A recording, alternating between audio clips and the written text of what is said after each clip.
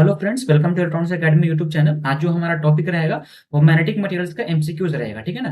Last video में हम लोगों ने डील किया था मैग्नेटिक मटेरियल्स को एंड उसका थ्योरी को मैंने पूरा डील कर दिया था, लेकिन उसको मैंने परफेक्ट वे में डील नहीं किया था, क्योंकि वो जो था एक तरह का कह लो कि उतना मतलब आपको इंपॉर्टेंट रोल नहीं रहता उसका। कोई भी एग्जाम अगर देते हो आप, अगर मान लो सपोज आरआरबी का ही एग्जाम दे रहे हो, ठीक है ना, सपोज कर लो अगर आप आरआरबी का ही एग्जाम दे रहे हो, ठीक है ना, तो आरआरबी में उसका थ्योरी से पार्ट से उतना क्वेश्चन नहीं पूछता जितना मैं न्यूमेरिकल्स को कराऊंगा। ठीक है ना।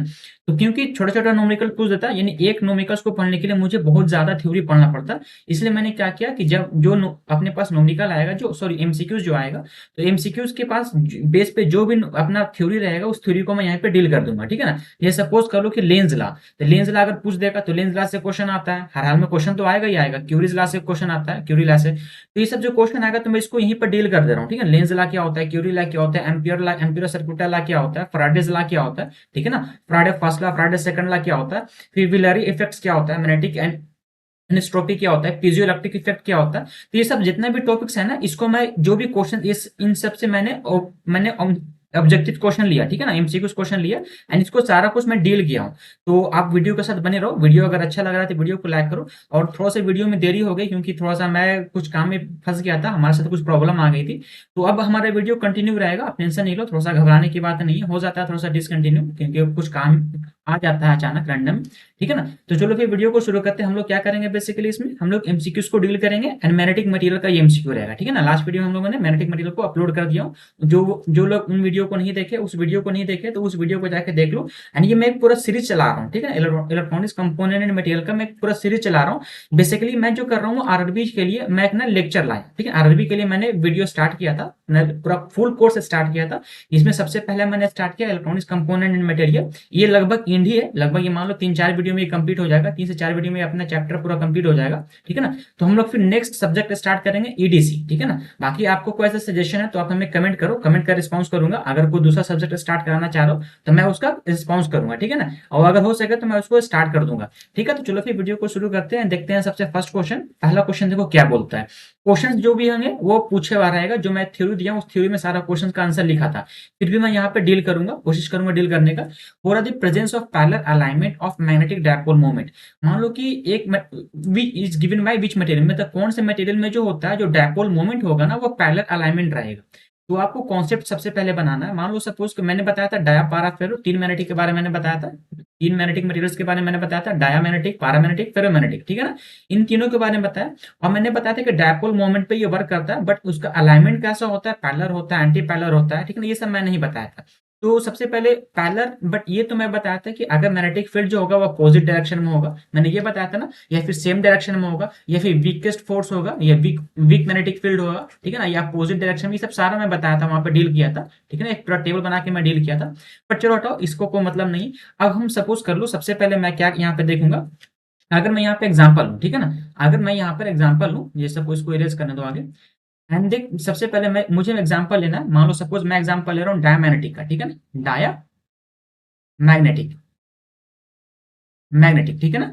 वीडियो थोड़ा सा लंबा होगा क्योंकि मैं पूरा पूरा थ्योरी पार्ट्स को यहाँ पे डील कर रहा हूँ। ठीक है ना। ये एक्चुअल में तो ये एमसीक्यूज का सीरीज है, लेकिन मैं इसमें पूरा थ्योरी पार्ट्स को डील करूंगा।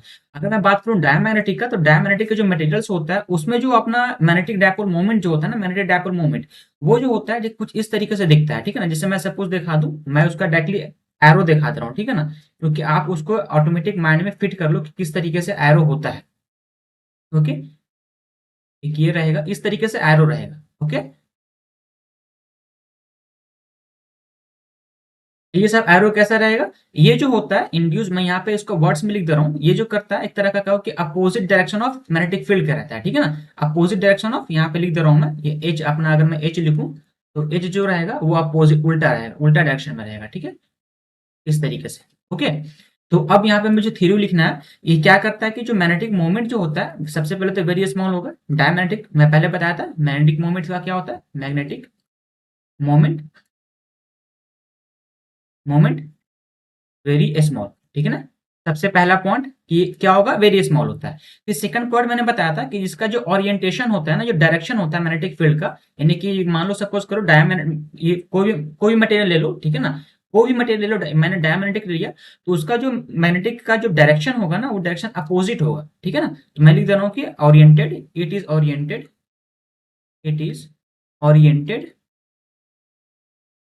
Oriented in the opposite direction, ठीक है ना, अपोजिट डायरेक्शन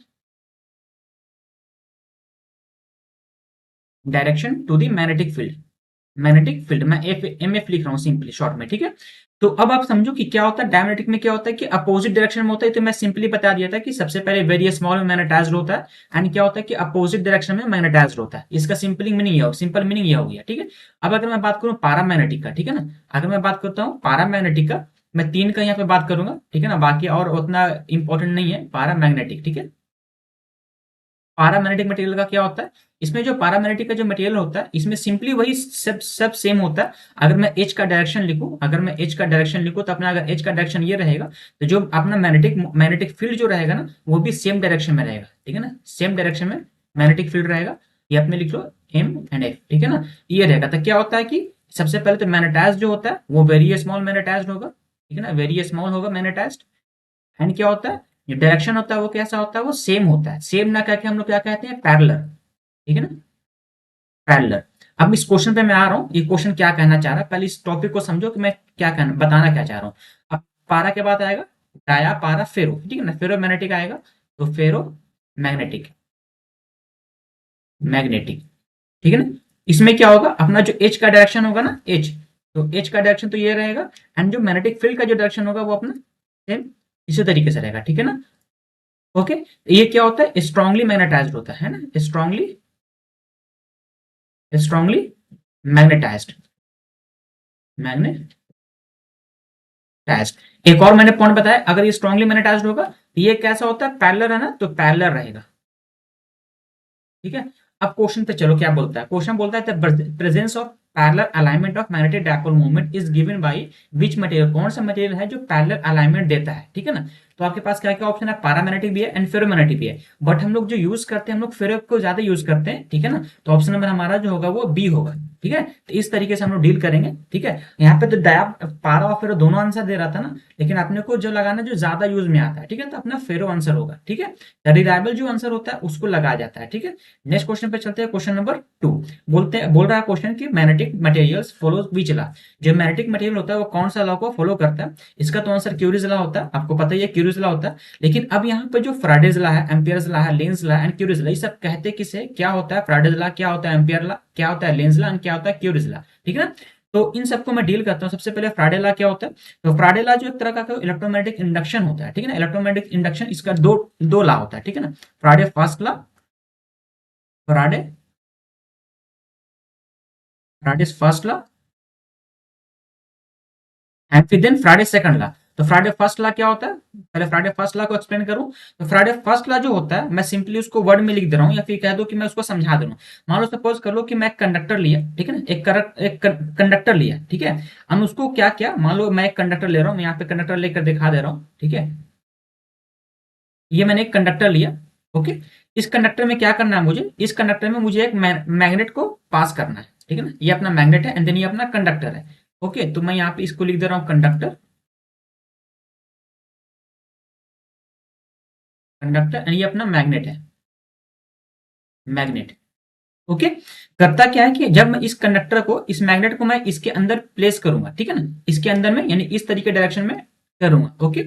तो इसका डिफिनेशन क्या बोलता है, मान लो सपोज एक कंडक्टर है, कंडक्टर के जो एक वेरिंग मैग्नेटिक फील्ड है, इस मैग्नेट को मैं इसके अंदर प्लेस करूंगा, ठीक है ना। तो इसके अंदर क्या होगा कि ईएमएफ इंड्यूस्ड होगा, तो इंड्यूस्ड ईएमएफ, ठीक है ना, ईएमएफ ईएमएफ इंड्यूस्ड, एक ईएमएफ इंड्यूस्ड होगा, ठीक है ना। अगर ये ईएमएफ इंड्यूस्ड हो जाता है, अगर ये ईएमएफ इंड्यूस्ड होता है, दैट्स कॉल्ड सर्किट जो अपना क्लोज हो जाएगा एंड करंट फिर इंड्यूस्ड करेगा। अगर ईएमएफ इंड्यूस्ड होगा तो करंट इंड्यूस्ड करेगा, then is called induced current, ठीक है ना। तो उसको कहते हैं इंड्यूस्ड करंट कहते हैं। अब सिंपली मैं इसका एक सर्किट डायग्राम ड्रा कर दे रहा हूँ, ठीक है ना, सर्किट डायग्राम ड्रा करके मैं आपको एक्सप्लेन कर दे रहा हूँ, एंड उसको वर्ड्स में डायरेक्टली मैं वर्ड्स में ही लिख दे रहा हूँ, ज्यादा बेटर रहेगा, ठीक है ना।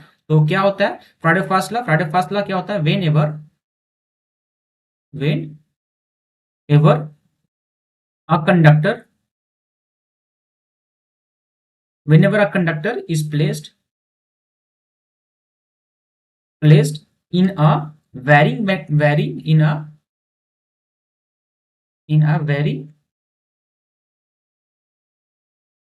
magnetic field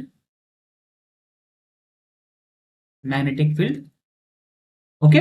जब कोई भी कंडक्टर को मैं प्लेस करूंगा वैरिंग मैग्नेटिक फील्ड में, तो उसमें क्या होगा कि एन ईएमएफ जो होता है ना, ईएमएफ इंड्यूस्ड होगा, ठीक है ना। Force EMF force induced, okay, induced.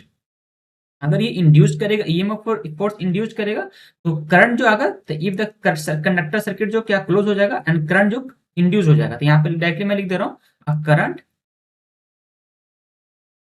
Current is induced, ठीक है ना। ओके, अपना क्या हो, करंट को इंड्यूस करे, करंट इंड्यूस हो जाएगा, तो ये अपना फ्राडे फर्स्ट लॉ बोलता है। सिंपली मैं फिर से वर्ड में समझा दे रहा हूँ क्या बोलना चाह रहा है फ्राडे फर्स्ट लॉ। फ्राडे फर्स्ट लॉ बोल रहा है कि मान लो कि एक कंडक्टर है, उसको मैं प्लेस करता हूँ वायरिंग मैग्नेटिक फील्ड में, तो क्या करेगा, ईएमएफ को इंड्यूस करेगा। ईएमएफ इंड्यूस करने का कारण क्या होता है कि वो करंट को इंड्यूस करता है, that's called फ्राडे first law. फ्राडे second law क्या बोलता है, फ्राडे सेकंड लॉ सिंपली वो बोलता है कि मान लो सपोज जो ईएमएफ जो इंड्यूस्ड हुआ ना, अपना जो ईएमएफ इंड्यूस्ड हुआ, वो ईएमएफ जो होता है, यानी कि अपना मान लो अपन ये रहे, ठीक है ना, EMF is equal to minus N upon del phi upon del t, ठीक है ना। ये होता है, ये अपना फ्राडे सेकंड लॉ कहलाता है, ठीक है, फ्राडे सेकंड लॉ। ये क्या कहलाता है, फ्राडे सेकंड लॉ, फ्राडे सेकंड लॉ। अब आपको थोड़ा सा प्रॉब्लम होगा, मुझे भी इतना लिखने में वो टाइम लगेगा, क्योंकि यहाँ पे एम्पियर लॉ भी होगा, लेंज लॉ भी होगा, क्यूरीज लॉ भी होगा, ठीक है ना। तो इतना मैं लिखूंगा तो बहुत ज्यादा लंबा वीडियो भी होगा, एंड दिन भी होगा क्या कि मुझे बहुत मतलब प्रॉब्लम भी होगी लिखने में। तो ऐसा करूंगा मैं, नहीं होगा तो मैं इसका एक पीपीटी बनाकर आपको डायरेक्टली, मतलब ये क्वेश्चंस का मैं आंसर का एक बुकलेट बनाकर दे दूंगा आपको, यानी क्वेश्चन विद आंसर के साथ मैं एक बुकलेट बनाकर आपको सेंड कर दूंगा टेलीग्राम पे, ठीक है। तो अगर टेलीग्राम पे आप नहीं जुड़े हो तो टेलीग्राम का लिंक डिस्क्रिप्शन में डाला हुआ है, आप वहां से टेलीग्राम पे जुड़ जाना।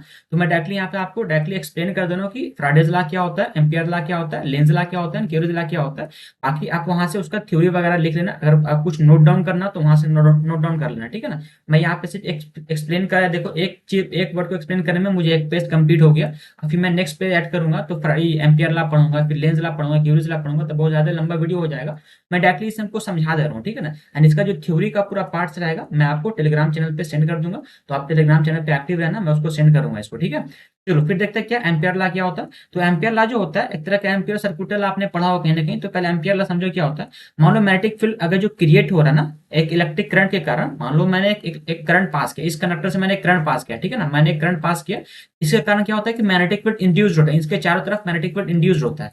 अगर मैग्नेटिक फील्ड इंड्यूस्ड हो रहा है, देन अगर ये मैग्नेटिक फील्ड इंड्यूस्ड हो रहा है तो ये कैसा होगा, प्रोपोर्शनल होगा, ठीक है ना। ये प्रोपोर्शनल होता है इसके साइज की, ठीक है ना। ये मैग्नेटिक फील्ड क्या होगा, प्रोपोर्शनल होगा इसके साइज, मतलब इसका साइज में, इस कंडक्टर का साइज में बढ़ाऊंगा तो मैग्नेटिक फील्ड क्या होगा, बढ़ेगा, या फिर घटाऊंगा देन घटेगा, ठीक है ना।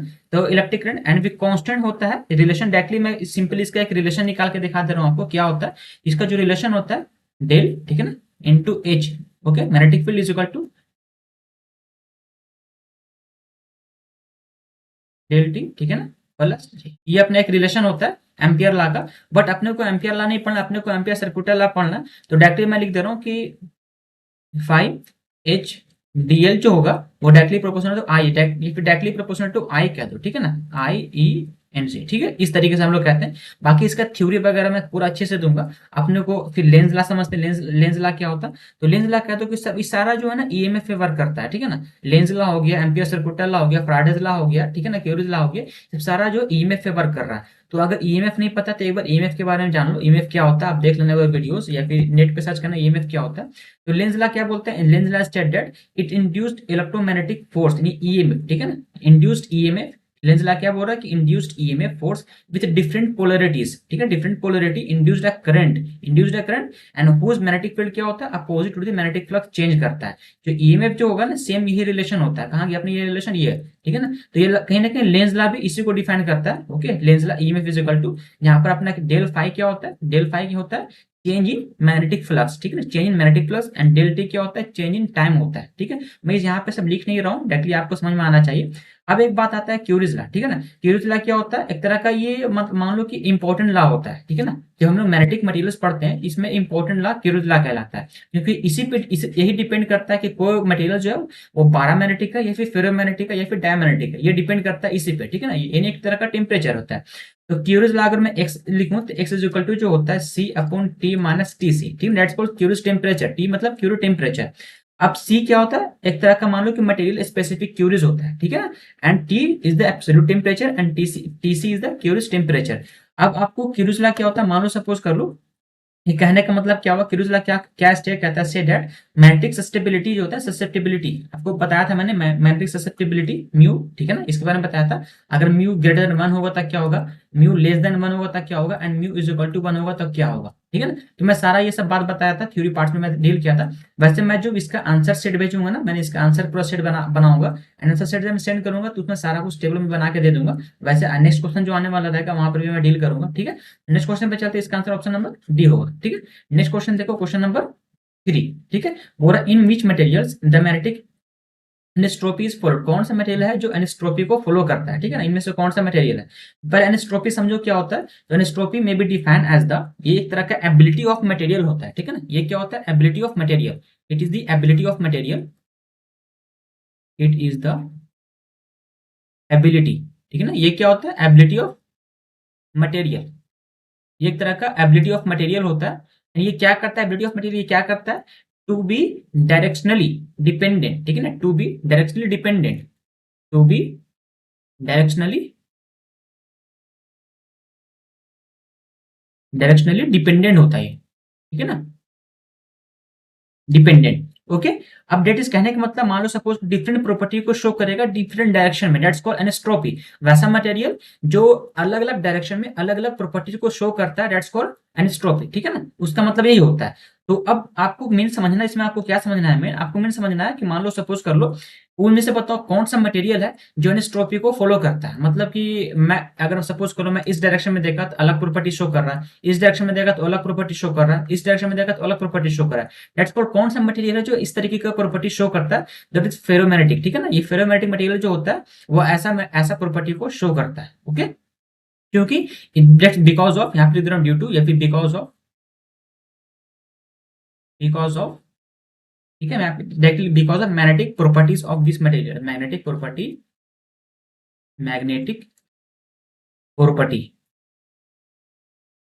प्रॉपर्टी ऑफ मटेरियल,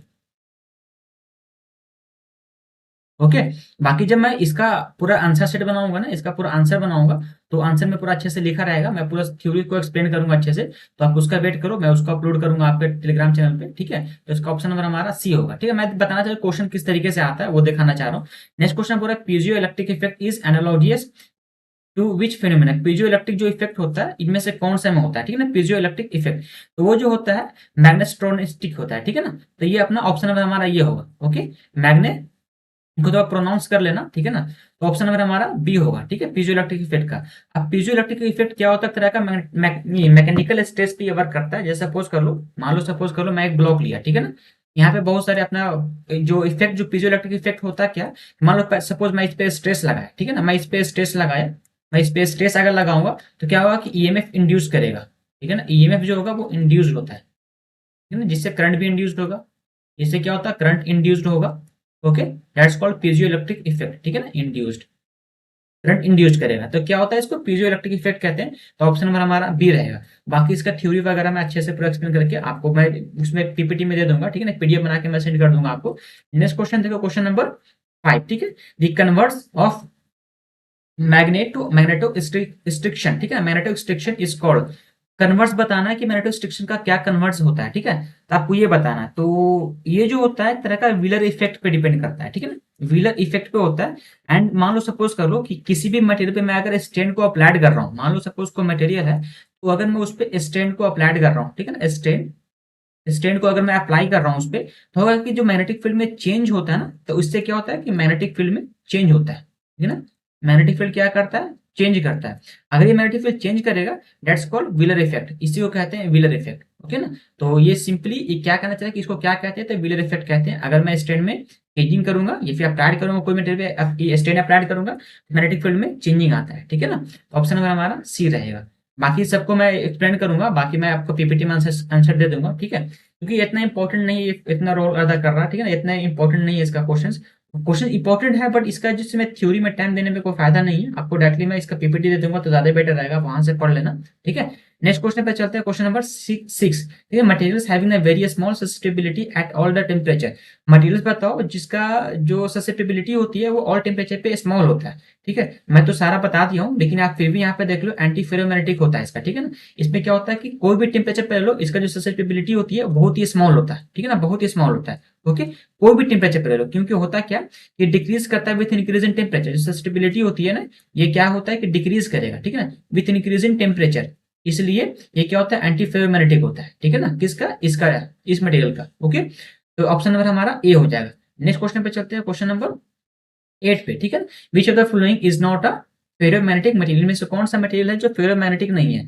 तो फेरोमैग्नेटिक मटेरियल्स के लिए सबसे पहले आपको याद होना चाहिए कि फेरोमैग्नेटिक मटेरियल्स होता क्या है, ठीक है ना। सबसे पहले क्या फेरोमैग्नेटिक मटेरियल क्या होता है कि स्ट्रांगली मैग्नेटाइज्ड अटैच करेगा एंड सेम डायरेक्शन में होगा या फिर पैरेलल मैग्नेटाइज्ड अटैच्ड होगा, ठीक है ना, that's called ferromagnetic material.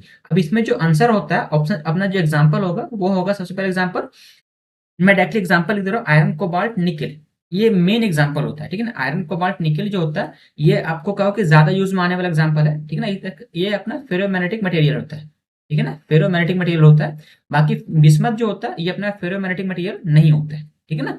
Iron cobalt nickel क्या होता है, अपना फेरोमैग्नेटिक होता है, बिस्मथ नहीं होता है, ठीक है।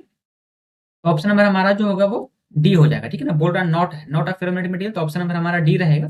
अब मैं बात करूं कि सबसे पहले बात करूं कि सिल्वर जो है, सिल्वर भी एक होता है, कहीं कहीं पूछ देगा सिल्वर, तो सिल्वर जो होता है ना, सिल्वर वो होगा अपना डायमैग्नेटिक, ठीक है ना, डायमैग्नेटिक होगा।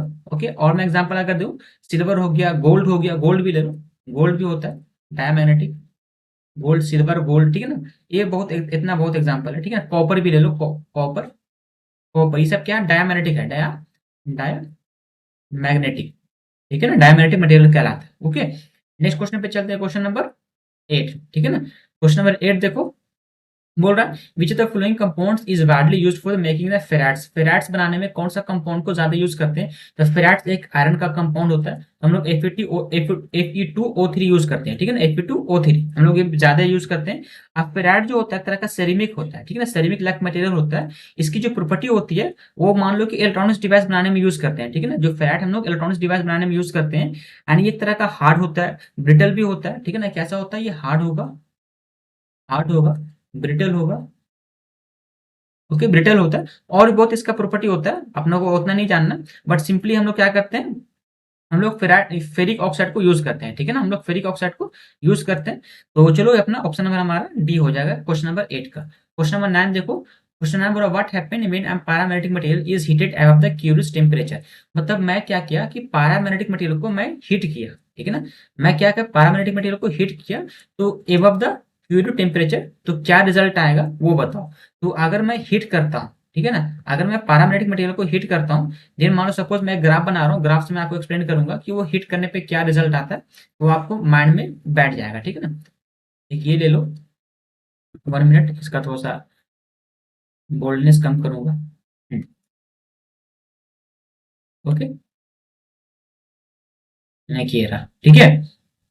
अब होता क्या है, अब आपको एक रैंडम वाला लेना है, ठीक है, ये रहा। देन इसमें क्या होगा, ये सबसे पहले,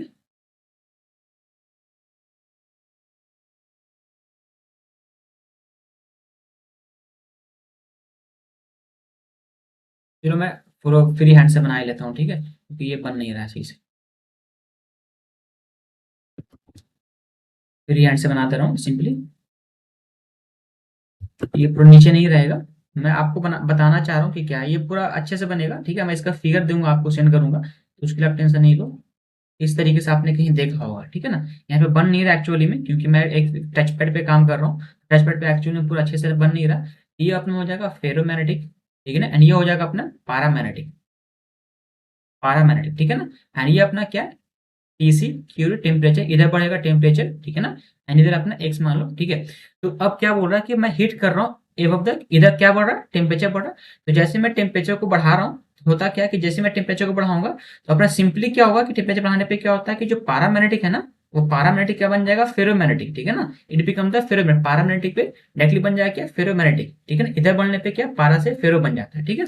ऑप्शन नंबर हमारा जो होगा वो सी हो जाएगा, ठीक है। It become the ferromagnetic. बाकी इसका मैं डिटेल सॉल्यूशन दिया हूँ, ठीक है। डिटेल सॉल्यूशन में पीपीटी में ऐड करूंगा, तो आप वहां से फिर देख लेना एक बार, ठीक है। चलो नेक्स्ट क्वेश्चन देखते हैं, question number 10। Which are the following is the material is use for the making the permanent magnet, ठीक है। तो कौन सा मटेरियल है जो परमानेंट मैग्नेट के लिए यूज करते हैं, तो हम लोग स्टील को यूज करते हैं, ठीक है, स्टील। आगे कार्बन वगैरह को यूज नहीं करते परमानेंट मैग्नेट बनाने में, तो स्टील ऑप्शन, ऑप्शन नंबर हमारा स्टील होगा, डिटेल आंसर। अब देखो मैं यहाँ पे इसको इसलिए इंपॉर्टेंट मैं नहीं दे रहा हूँ, मैंने सेमीकंडक्टर फेज पढ़ा, मैं बहुत उसको इंपॉर्टेंट दिया क्योंकि वहां से क्वेश्चंस आते हैं, बट यहाँ से उतना इंपॉर्टेंट क्वेश्चन नहीं आता है, इसलिए मैं इसको उतना इंपॉर्टेंट नहीं दे रहा हूँ, ठीक है ना। इंपॉर्टेंस देने को फायदा भी नहीं है, बेकार का इसमें टाइम वेस्ट है, इसलिए मैं इसको नॉर्मली पास करता चल रहा हूँ फटफट, ठीक है। तो ऑप्शन नंबर हमारा ए हो जाएगा, ठीक है। नेक्स्ट क्वेश्चन देखते हैं, बाकी इसका डिटेल सॉल्यूशन तो मैं आपको दूंगा ही दूंगा। फेराइट्स आर मटेरियल दैट्स है, फेराइट के पास क्या मटेरियल, जो फेराइट मटेरियल होता है उसके पास क्या होता है, लो परमिएबिलिटी होती है, लो डाइलेक्ट्रिक लॉस होता है, या फिर हाई परमिएबिलिटी होगा, या फिर हाई डाइलेक्ट्रिक लॉस होगा। तो सबसे पहले तो इसका आंसर जो होगा वो हाई परमिएबिलिटी होगी, ठीक है ना, high permeability and then low dielectric loss होता है, तो ऑप्शन नंबर हमारा सी रहेगा, ठीक है ना।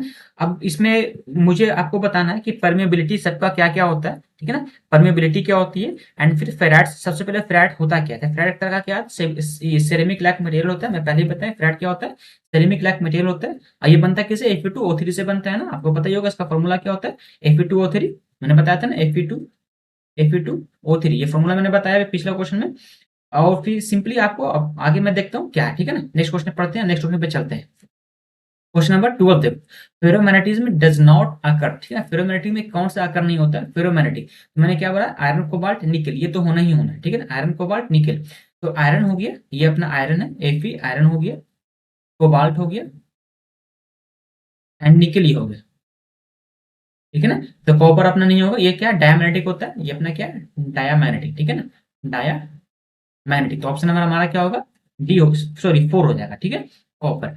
नेक्स्ट क्वेश्चन पे चलते हैं, क्वेश्चन नंबर 13। बोल रहा है कि paramagnetic material the relative permeability बताओ, पैरामैग्नेटिक मटेरियल का रिलेटिव परमिएबिलिटी क्या होता है। तो पैरामैग्नेटिक मटेरियल का जो रिलेटिव परमिएबिलिटी होती है, वो मैं यहाँ पे एक टेबल बना के दिखा दे रहा हूँ, ठीक है ना। ये रिलेटिव परमिएबिलिटी का मैं एक टेबल बना के दिखा दे रहा हूँ। सबसे पहले मैं लिख रहा हूँ डायामैग्नेटिक, डायामैग्नेटिक, ठीक है ना। फिर होगा पैरामैग्नेटिक, मैग्नेटिक, एंड एक होगा फेरोमैग्नेटिक, फेरोमैग्नेटिक, ओके। इसका जो परमेबिलिटी होती है ना, रिलेटिव परमेबिलिटी, ठीक है ना, ये पूछ रहा है। तो जो अपना रिलेटिव परमेबिलिटी, मान लो सपोज कर लो रिलेटिव परमेबिलिटी के में, ठीक है ना। तो यहाँ पे क्या होगा कि लेस देन 1 होगा, ओके ना। यहाँ पे क्या होगा, sorry greater than, less than 1 होगा, ये अपना ग्रेटर देन 1 होगा, एंड ये अपना इक्वल टू 1 होगा, ठीक है ना। या फिर कह लो कि मच मच, सिंपली कह लो मच मच ग्रेटर देन 1 होगा फेरोमैग्नेटिक का, ठीक है। तो आपको मैं ये सिखाना चाह रहा हूँ मैं, सिंपली आपको क्या कि परमेबिलिटी जो होती है डायमैग्नेटिक का क्या होता है कि लेस देन 1 होता है, पैरामैग्नेटिक का क्या होता है, ग्रेटर देन 1 होता है, एंड फेरोमैग्नेटिक का क्या मच मच ग्रेटर देन 1 होता है, ठीक है। तो ऑप्शन नंबर हमारा क्या क्वेश्चन बोल रहा है कि ऑप्शन, इसका क्वेश्चन ऑप्शन नंबर 2 होगा, greater than unity magnetic susceptibility is relative small but positive. ये इसका मैं बताऊंगा सस्टेबिलिटी क्या होता है, बाकी मैं इसका टेबल दे दूंगा आपको, ठीक है, इतना कोई टेंशन नहीं है, ठीक है। नेक्स्ट क्वेश्चन पे चलते हैं, क्वेश्चन नंबर 14। और which of the following is a hard material, कौन सा मटेरियल जो हार्ड है। तो हार्ड में आपको मैं सिंपली याद करा दे रहा हूँ, हार्ड में होता है आयरन सिलिकॉन वाला, ठीक है ना। आयरन सिलिकॉन का जो अलॉय होता है वो हार्ड होता है, ओके। आयरन सिलिकॉन वाला क्या होता है, हार्ड होगा। Which of the following is hard material, ठीक है ना, hard magnetic material. Sorry soft में, मैं सॉफ्ट, पहले सॉफ्ट का बता रहा हूँ मैं आपको, सॉफ्ट का मैं पहले बता रहा हूँ। तो ये अपना सॉफ्ट हो गया, ठीक है ना, आयरन। फिर निकल, निकल आयरन जो है ये भी सॉफ्ट होता है, ओके ना, सॉफ्ट, ये भी सॉफ्ट होगा। एंड देन फिर आयरन भी जो होता है वो सॉफ्ट होता है, ठीक है ना, मैग्नेटिक मटेरियल में। बट फेराइट जो होता है ना वो हार्ड होता है, ठीक है ना, ये हार्ड होता है। तो ऑप्शन में हमारा जो होगा वो 4 होगा, फेराइट, Fe2O3, ओके ना, इसका फॉर्मूला होता है। नेक्स्ट क्वेश्चन पे चलते हैं, क्वेश्चन नंबर 15। पूरा relative permeability of ferromagnetic material का रिलेटिव परमेबिलिटी बताओ क्या होता है। तो रिलेटिव परमेबिलिटी फेरोमैग्नेटिक का मैं पहले बताया था क्या होता है, ऑप्शन नंबर हमारा जो होगा वो लार्ज देन यूनिटी होगा, ठीक है ना, लार्ज देन यूनिटी, यूनिटी से ज्यादा होता है किसका, फेरोमैग्नेटिक मटेरियल का, मैंने बताया ना, मच मच ग्रेटर देन 1 होगा, ओके। नेक्स्ट क्वेश्चन पे चलते हैं, क्वेश्चन नंबर 16, ठीक है ना। Relative permeability of non magnetic material, मान लो कोई नॉन मैग्नेटिक मटेरियल है, उसका जो रिलेटिव परमेबिलिटी होती है वो अपना 1 होगा, ठीक है ना। इन म्यू आर जो होगा, म्यू आर जो होता है वो 1 होता है। ऑप्शन में हमारा जो होगा वो 4 हो जाएगा, ठीक है। बाकी आप फेरोमैग्नेटिक का और फिर पैरामैग्नेटिक डायमैग्नेटिक का मैं पहले बता दी हूँ इस वीडियो में। बाकी मैं जो एक्सप्लेन करूंगा, सोल्यूशन दूंगा, डिटेल सोल्यूशन दूंगा, उसमें सारा कुछ लिखा रहेगा, ठीक है। नेक्स्ट बढ़ते हैं आगे, relative permeability of paramagnetic material. Relative permeability paramagnetic material का क्या होता है, तो अभी मैं बताया पैरामैग्नेटिक मटेरियल का रिलेटिव परमेबिलिटी क्या होता है, स्लाइटली मोर देन यूनिटी, ठीक है, स्लाइटली मोर देन 1 होता है। ओके, तो ऑप्शन नंबर हमारा जो होगा वो 3 हो जाएगा, ठीक है, slightly more than unity. Next question पे चलते हैं, क्वेश्चन नंबर 18 बोल रहा है कि क्यूरिस पॉइंट क्या होता है, क्यूरी पॉइंट टीसी। टीसी क्या होता है, टीसी क्या होता है, मैं पहले बताया था। टीसी जो होता है वो एक तरह का, मान लो कि टेम्परेचर होता है of the certain material lose their the permanent magnetic property. तो क्यूरिस पॉइंट क्या होता है, एक तरह का पॉइंट होता है, ठीक है ना, एक तरह का टेम्परेचर होता है जहां पे क्या करता है कि कोई भी अपना जो परमानेंट मैग्नेट होता है, परमानेंट मैग्नेटिक जो मटेरियल होता है, वो अपनी प्रॉपर्टी को लूज करता है, ठीक है ना, वो अपनी प्रॉपर्टी को लूज कर देता है, दैट्स कॉल्ड क्यूरी पॉइंट, ठीक है। तो ऑप्शन नंबर हमारा जो होगा वो 1 होगा। ओके, ऑप्शन हमारा 1 होगा। नेक्स्ट क्वेश्चन पे चलते हैं, क्वेश्चन नंबर 19। क्वेश्चन 19 देखो, बोरा soft magnetic material like iron and its alloy are used in the manufacture of. जो सॉफ्ट मैग्नेटिक मटेरियल होता है जैसे आयरन हो गया एंड इट्स alloy जो हो गया, उसको हम लोग क्या किस लिए यूज करते हैं, तो ऑप्शन हमारा क्या होगा, परमानेंट मैग्नेट बनाने में यूज करते, सॉरी हम लोग ऑप्शन नंबर हमारा जो होगा वो अपना, मान लो सपोज ट्रांसफार्मर का कोर बनाने में यूज करते हैं, ठीक है ना, क्योंकि सॉफ्ट आयरन है तो सॉफ्ट मटेरियल है, सॉफ्ट मैग्नेटिक मटेरियल है, तो हम यूज करते हैं ट्रांसफार्मर का कोर बनाने के लिए, यूज करते हैं पावर जनरेशन के लिए, ठीक है ना, पावर ग्रिड में। तो ऑप्शन नंबर हमारा जो होगा वो 4 होगा। बाकी तो मैं डिटेल सोल्यूशन दे दूंगा आपको, मैं आपको सिर्फ यहाँ पे एक्सप्लेन करना चाह रहा हूँ कि क्या आंसर होगा क्या नहीं आंसर होगा, ठीक है। एंड नेक्स्ट क्वेश्चन देखो, लास्ट क्वेश्चन है इस वीडियो का, बोल रहा है कि when a ferromagnetic material is heated above the Curie temperature it become the. मैंने बताया था वो ग्राफ बनाकर देखा था मैं, इस तरीके से जो ग्राफ बना था एंड देन इस तरीके से जो ग्राफ बना था, ठीक है ना, यहाँ पे अपना टीसी था, ठीक है। तो ये क्या था, ये फेरोमैग्नेटिक था एंड ये अपना पैरामैग्नेटिक था, ठीक है ना। तो क्या हो जाता है कि पैरामैग्नेटिक मटेरियल क्या हो जाता है, नेक्स्ट अपना क्या बन जाता है, ठीक है ना। तो ऑप्शन नंबर हमारा जो होगा वो ऑप्शन नंबर हमारा जो होगा, इसमें ऑप्शन जो आप समझ, पिछला क्वेश्चन में ऑप्शन क्या होगा, इसका ऑप्शन क्या होगा, ऑप्शन नंबर हमारा जो होगा वो 1 होगा, ठीक है ना। ऑप्शन नंबर हमारा पैरामैग्नेटिक मटेरियल, ठीक है, अपना प्रॉपर्टी को लूज कर देता है जब मैं टेम्परेचर को बढ़ाऊंगा, मतलब टीसी को क्रूज टेम्परेचर से ऊपर चलूंगा तो अपना प्रॉपर्टी को, मैग्नेटिक प्रॉपर्टी को लूज करके बन जाता है पैरामैग्नेटिक मटेरियल, ठीक है। तो ऑप्शन नंबर हमारा ए हो जाएगा। क्वेश्चन यहीं पे एंड करता हूँ, ठीक है। बाकी इसका डिटेल सॉल्यूशन मैं टेलीग्राम पे अपलोड कर दूंगा, तो अगर आप टेलीग्राम पे नहीं जुड़ो तो आपका लिंक डिस्क्रिप्शन में, डिस्क्रिप्शन से आप जुड़ जाओ टेलीग्राम पे, वहाँ पे आपको सारा डिटेल सॉल्यूशन रहेगा, ठीक है ना। चलो फिर मिलते हैं नेक्स्ट वीडियो में, थैंक यू।